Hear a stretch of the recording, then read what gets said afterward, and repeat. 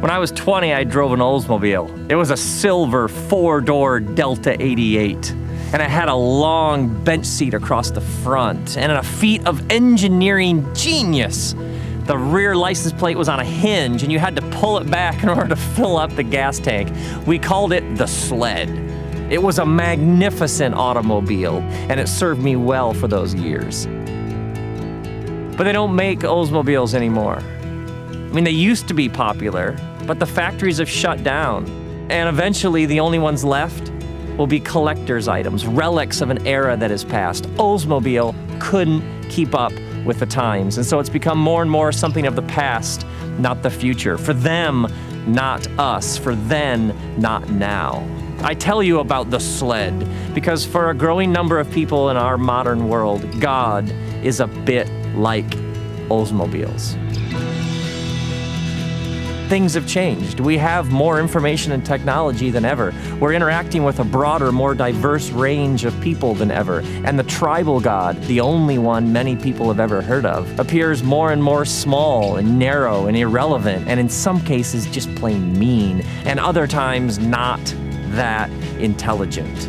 Like my friend Kathy, who was at this event recently where she heard an influential Christian leader say he doesn't think women should be allowed to teach and lead in faith communities. Kathy, who has 2 master's degrees, sat there stunned. Or my friend Gary, who he and his family visited a church on a recent Easter Sunday, only to hear a resurrection sermon about how all gay people are going to hell. And then my friend Michael just told me recently about hearing the leader of a large Christian organization say that if you don't believe that God made the world in a literal 6 days, then you have to get rid of the rest of the Bible as well, because, it doesn't matter what science says. This is a problem. And as a pastor over the last 20 years, what I've seen again and again is people with a growing sense that their spirituality is in some vital and yet mysterious way central to who they are as a person. And yet the dominant perceptions and conceptions and understandings of God they've encountered along the way aren't just failing them, but in many cases are causing harm. Is God going to be left behind like Oldsmobiles? I don't think so.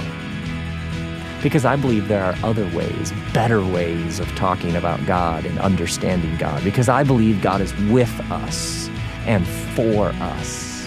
And I believe God is actually ahead of us, calling us and drawing us and inviting and pulling us all, every one of us, into a better future than we could ever imagine.